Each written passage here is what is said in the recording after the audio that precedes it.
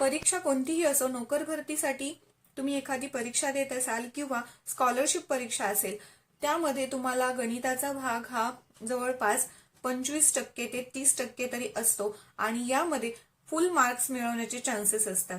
गणित हा विषय अगदी साधा, सहज, समजायला सोपा आहे, पण तो योग्य पद्धतीने समजून घेतला तर, नाहीतर सगळा गोंधळच गोंधळ आहे. तर योग्य पद्धतीने समजून घेण्यासाठी माझे व्हिडिओज पाहत राहा. तर सगळ्यात पहिल्यांदा आपल्याला संख्या ज्ञान झालं पाहिजे आणि यामध्ये संख्यांचे काही प्रकार आहेत ते आपण जाणून घेऊयात. तर सगळ्यात सुरुवातीला आहे नैसर्गिक संख्या म्हणजेच नॅचरल नंबर्स. तर नॅचरल नंबर्स हे 1 पासून सुरू होतात, 1, 2, 3 ते अनंतपर्यंत हे वाढत जातात, म्हणजेच 1, 2, 3 अप टू इन्फायनाईट नंबर्स. आता यामध्ये सर्वात लहानात लहान संख्या विचारली तर ती 1 आहे. तर सर्वात मोठी संख्या आपल्याला सांगता येत नाही. 2 नैसर्गिक संख्यांची बेरीज केली तर ती नैसर्गिक संख्याच असते, वजाबाकी नैसर्गिक संख्या येईलच असं नाही. मग कोणती संख्या येईल, तर त्यासाठी आपल्याला पुढचे प्रकार माहीत पाहिजे, त्यामुळे ते आपण नंतर पाहूयात. 2 नैसर्गिक संख्यांचा गुणाकार केला तर तो देखील नैसर्गिक संख्याच येतो. भागाकाराच्या बाबतीत देखील तसाच नियम आहे जो वजाबाकीच्या बाबतीत आहे. पुढचा प्रकार पाहूयात आपण, पूर्ण संख्या म्हणजेच होल नंबर्स. पूर्ण संख्या आणि नैसर्गिक संख्या यामध्ये फक्त शून्याचा फरक आहे. पूर्ण संख्या या 0 पासून सुरू होतात ते 1, 2, 3, 4 ते इन्फायनाईट म्हणजे अनंतपर्यंत, ज्या आपण सांगूही शकत नाही इतक्या जास्त या संख्या आहेत. यामध्ये सर्वात लहान संख्या 0 आहे, तर बाकीचे जे नियम आहेत जे नैसर्गिक संख्येप्रमाणेच आपल्याला सांगता येतील. यामध्ये सर्वात मोठी संख्या आपल्याला सांगता येत नाही. तर नैसर्गिक संख्या आणि पूर्ण संख्या हा कॉन्सेप्ट तुमचा क्लिअर झाला असेल. यामध्ये फक्त 0चा फरक आहे.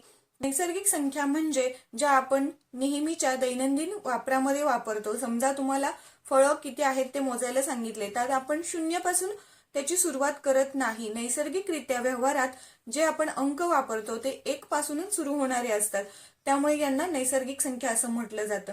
तर पूर्ण संख्येमध्ये 0चा सुद्धा समावेश आहे. आता त्याच्या पुढचा प्रकार पाहूयात, पूर्णांक संख्या म्हणजेच याला इंटिजर्स असं सुद्धा म्हटलं जातं.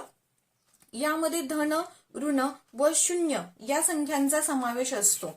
धन, ऋण आणि शून्य. तर आता धन ऋण हे काय आहे, तर बघा, 0 हा मध्यवर्ती बिंदू मानला जातो आणि शून्यापासून उजवीकडे धन संख्या असतात, तर डावीकडे आपल्याला ऋण संख्या पाहायला मिळतील आणि या सुद्धा अनंतपर्यंत वाढत जातात. म्हणजे उजवीकडे आणि डावीकडे या संख्या अनंतपर्यंत वाढताना आपल्याला दिसतात. यामध्ये सगळ्यात महत्वाची गोष्ट, 0 हा मध्यवर्ती बिंदू आहे, परंतु शून्यापासून उजवीकडे 1 ने किंमत वाढत गेलेली आहे, तर शून्यापासून डावीकडे 1 ने किंमत कमी झालेली आहे. याचाच अर्थ आपण आता लहानात लहान आणि मोठ्यात मोठी संख्या घ्यायचं ठरवलं तर धन 1 म्हणजेच पॉझिटिव्ह संख्या किंवा धनसंख्या यांना आपण म्हणतो. या पॉझिटिव्ह संख्यांच्या बाबतीत सर्वात लहान पॉझिटिव्ह संख्या किंवा धनसंख्या कोणती, तर ती आपल्याला 1 सांगता येईल. धनसंख्यांमध्ये सर्वात लहानात लहान संख्या विचारली तर ती 1 आहे, तर मोठी संख्या विचारली तर नैसर्गिक संख्येप्रमाणे किंवा पूर्ण संख्येप्रमाणे इकडं अनंतपर्यंत वाढत आहे, म्हणून ती आपल्याला सांगता येत नाही. तेच जर ऋणसंख्येच्या बाबतीत विचारलं, लहानात लहान ऋणसंख्या जर आपल्याला विचारली तर आता ऋणसंख्या किती सांगणार, शून्यानंतर पहिल्यांदा आकडा कुठला आलेला आहे, तर ऋण 1 किंवा -1 आलेला आहे. मग आता 1 सांगायचं का, नाही, तर इथं सगळ्यात मोठी गफलत होते. ऋणसंख्येच्या बाबतीत सर्वात लहान संख्या सांगता येत नाही, तर सर्वात मोठी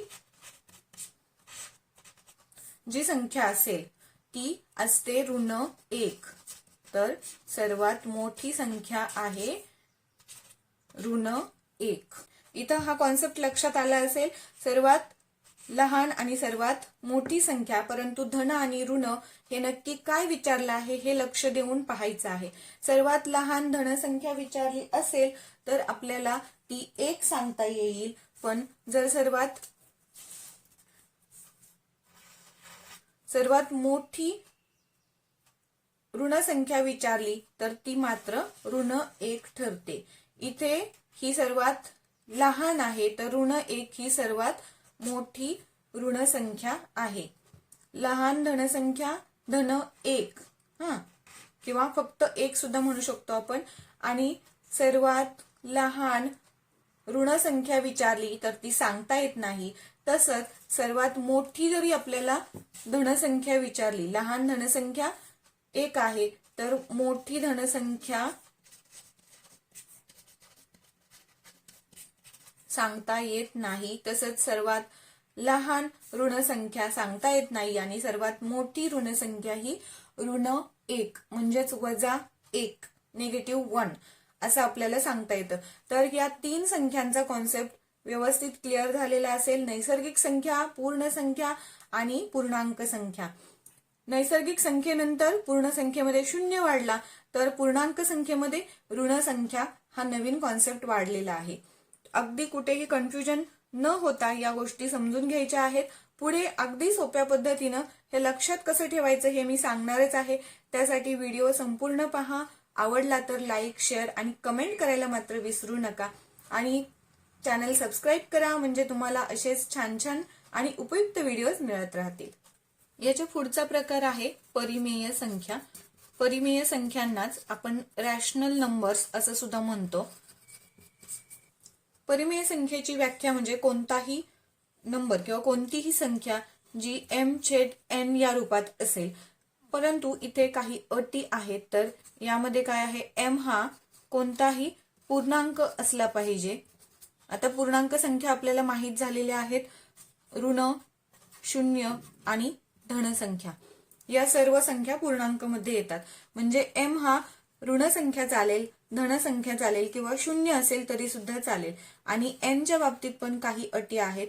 n कसा असावा तर n हा पूर्णांक असावा परंतु 0 नसावा. आता पूर्णांक मधला 0 जर काढला तर ऋण आणि धन या संख्या सुद्धा उरतात. मग आता m/n किंवा a/b अशा स्वरूपात जरी तुम्ही घेतलं, काहीही तुम्ही मानू शकता त्याला, अशा स्वरूपामध्ये जर आपण घेतलं तर कोणत्या संख्यांना आपण परिमेय संख्या म्हणायचं आणि कोणत्या परिमेय संख्या नाहीत. तर आता बघा, 0 ही परिमेय संख्या आहे का तर हो आहे. कारण 0ला छेद रूपात जर लिहिलं म्हणजे अंश आणि छेद रूपात लिहिलं तर 0चा छेद हा 1 येतो आणि 0ला 1 न भागलं तरीही त्याचा भागाकार 0च येतो. म्हणून 0 ही परिमेय संख्या आहे. 0 ही परिमेय संख्या आहे. त्यानंतर आता निगेटिव्ह संख्येच्या बाबतीत किंवा ऋण संख्येच्या बाबतीत ऋण 1/2 असेल किंवा -5 म्हणजेच ऋण 5/3 ही संख्या लिहिली असेल तर या दोन्ही संख्यांमध्ये चिन्ह देताना त्याची जागा बदलली आहे. परंतु ही ऋण संख्या असेल तरी देखील ती परिमेय संख्या असणार आहे. काही वेळा परीक्षेमध्ये फसवण्यासाठी म्हणून आपल्याला हे -5/3 आहेत तेच आणखी 2 प्रकारे दिले जातात. 5/3 असं दिलं जातं किंवा 5/-3 असं लिहिलं जातं. तर या दोन्हीही संख्या किंवा या 3ही संख्यांचा अर्थ एकच होतो. या तिन्हीला देखील निगेटिव्ह साईनच आलेला आहे, फक्त चिन्हाची जागा बदलली आहे आणि आपल्याला कन्फ्यूज केलं जातं की नक्की काय आहे. कारण आपण इथं परिमेय संख्येची व्याख्या सांगत असताना किंवा त्याला डिफाईन करत असताना असं सांगतो की अंश आणि छेद रूपात जर संख्या घेतली तर त्यामध्ये त्या संख्येचा अंश हा पूर्णांक असला पाहिजे, कोणताही पूर्णांक, आणि छेद हा शून्येतर पूर्णांक असावा. इथं कुठेही सांगितलं नाही की तो निगेटिव्ह असू नये किंवा नसावा. तर इथं असं जरी दिलं तरी ती परिमेय संख्याच असते. परंतु जनरली आपण ऋण अपूर्णांक संख्या असेल म्हणजे अंश छेद रूपामध्ये जेव्हा परिमेय संख्या आपण लिहितो त्यावेळी त्याचं चिन्ह एकतर त्या छेदरेषेच्या समोर देतो किंवा वरती देतो. म्हणजे फॉर एक्झाम्पल आता -1/2 हे लिहिलेलं आहे, तसंच इथं -7/8 ही संख्या सुद्धा आपली परिमेय संख्या आहे. आणि हेच जर तुम्ही -7/8 असं लिहिलं तरी सुद्धा ही परिमेय संख्या आहे. परिमेय संख्याचे आणखी पुढे 2 प्रकार पडतात किंवा त्याचे 2 संकल्पना आहेत. दशांश रूपातील परिमेय संख्या आणि कर्निस्थ परिमेय संख्या. परंतु हा पुढचा भाग आहे, त्याबद्दल आपण इन डिटेल फक्त परिमेय संख्या आणि अपरिमेय संख्येवरती एक व्हिडिओ बनवणार आहोतच. त्यामध्ये त्याची डिटेल माहिती मी तुम्हाला देईल. आता सध्या जे ढोबळ मानाने किंवा सहज जे आपल्याला संख्यांचे प्रकार दिसतात ते प्रकार आपण पाहत आहोत. तर आज आपण 4 प्रकार पाहिलेले आहेत. पहिला प्रकार पाहिला नैसर्गिक संख्या. एन या अक्षराने आपण तो दर्शवतो. यामध्ये 1, 2, 3 ते अनंतपर्यंत आपण संख्या लिहू शकतो. त्यानंतरचा प्रकार आहे पूर्ण संख्या म्हणजेच होल नंबर. होलचा W घेतलेला आहे. यामध्ये शून्य वाढलेला आहे 1, 2, 3 ते अनंतपर्यंत. त्यानंतर आले इंटिजर्स. इंटिजर्स मध्ये शून्य हा मध्यवर्ती आहे, मध्यवर्ती बिंदू किंवा मध्यवर्ती संख्या म्हणूयात त्याला. आणि उजवीकडे 1, 2, 3 ते अनंतपर्यंत. तर डावीकडे सुद्धा ऋण 1, ऋण 2, ऋण 3 म्हणजे इकडे निगेटिव्ह नंबर्स आहेत, इकडे पॉझिटिव्ह नंबर्स आहे आणि मध्यवर्ती शून्य आहे. Natural number, whole number, integers आणि त्यानंतर चौथा प्रकार पाहिला आपण रॅशनल नंबर्स. रॅशनल नंबर्स मध्ये काय आहे, कोणतीही संख्या जी m/n रूपात असेल, परंतु यामध्ये एकच अट आहे की n is not equal to 0 आणि m हा कोणताही पूर्णांक असेल. m कोणताही पूर्णांक आणि n शून्य सोडून पूर्णांक म्हणजे शून्येतर पूर्णांक संख्या आपण घेऊ शकतो. पूर्णांक मध्ये शून्य आणि धन ऋण संख्या येतात. त्यामुळे रॅशनल नंबर म्हणजेच परिमेय संख्या या धन आणि ऋण या दोन्ही प्रकारांमध्ये येतात. सोबतच शून्य ही सुद्धा परिमेय संख्या आहे, हे आपण पाहिलेलंच आहे. आणखीन रॅशनल संख्येच्या बाबतीत म्हणजे परिमेय संख्येच्या बाबतीतच एक महत्वाची गोष्ट म्हणजे कोणत्याही 2 परिमेय संख्येच्या मध्ये अनंत परिमेय संख्या असतात. म्हणजे आता 1 आणि 2 ही आपण परिमेय संख्या जर घेतली तर या दोन्हीही परिमेय संख्या आहेत, कारण अंशछेद रूपात मांडलं तर 1/1, 2/1 असं होतं. अगदी उदाहरण समजण्यासाठी, सोप्यात सोपं उदाहरण समजण्यासाठी 1 आणि 2 या संख्या घेतलेल्या.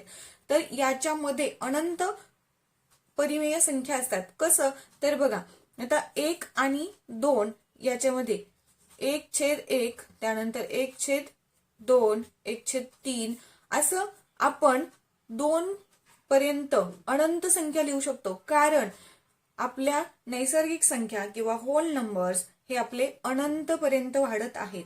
होल नंबर पेक्षा नैसर्गिक संख्याच घेऊया, कारण आपल्याला इंटिजर जो छेदातला इंटिजर आहे तो शून्य सोडून शून्येतर पूर्णांक संख्या आहे, म्हणजे ती 1 पासून ती अनंत धन संख्येपर्यंत असेल. किंवा याच्यामध्येच आणखी असं आपण लिहू शकतो 1/-1, 1/-2 म्हणजे या संख्या सुद्धा आपण अनंतपर्यंत लिहू शकतो. आणि त्यानंतर 2 म्हणजे 1 आणि 2 यामध्ये हे सगळं येतं आहे. अनंतपर्यंत आपल्याला संख्या लिहिता येऊ शकतात. कोणत्याही 2 परिमेय संख्यांच्या मध्ये अनंत इतक्या परिमेय संख्या असतात. हे नेहमी लक्षात ठेवा. हे बऱ्याचदा रिकाम्या जागेला किंवा चूक की बरोबर यामध्ये आपल्याला स्पर्धा परीक्षांमध्ये अशा प्रकारचे प्रश्न विचारले जातात. तर आता हे कायम स्वरूपासाठी लक्षात ठेवा की कोणत्याही 2 परिमेय संख्यांच्या दरम्यान अनंत परिमेय संख्या असतात. तर आजच्या पुरतं एवढंच. याचे आणखी काही प्रकार आहेत, जसं की सहमूळ संख्या, जोडमूळ संख्या, त्रिकोणी संख्या, चौरस संख्या, त्याचबरोबर सम आणि विषम संख्या, त्यांचे काही बेरीज वजाबाकीचे गुणधर्म आहेत, गुणाकार भागाकाराचे गुणधर्म आहेत. हे सगळं आपण पुढच्या व्हिडिओमध्ये पाहूयात. सध्या फक्त 4 आपण मुख्य संख्यांचे प्रकार पाहिलेले आहेत. यामध्ये आणखी प्रकार सुद्धा पडतात, म्हणजे अपरिमेय संख्या आहे, वास्तव संख्या आहे. परंतु ह्या सगळ्यांमध्ये मेन जे प्रकार आहेत ते आपल्याला फक्त हे 4 लक्षात ठेवायचे आहेत. हे 4 लक्षात ठेवले की पुढचे प्रकार किंवा त्याचे उपप्रकार, त्याचे नियम आपल्या चांगल्या प्रकारे लक्षात राहतात. आणि तुमची परीक्षा कोणतीही असो, स्पर्धा परीक्षा असो, नोकर भरतीसाठी किंवा स्कॉलरशिपसाठी, त्यामध्ये तुम्हाला या संख्यांचा कॉन्सेप्ट हा लक्षात आला पाहिजे.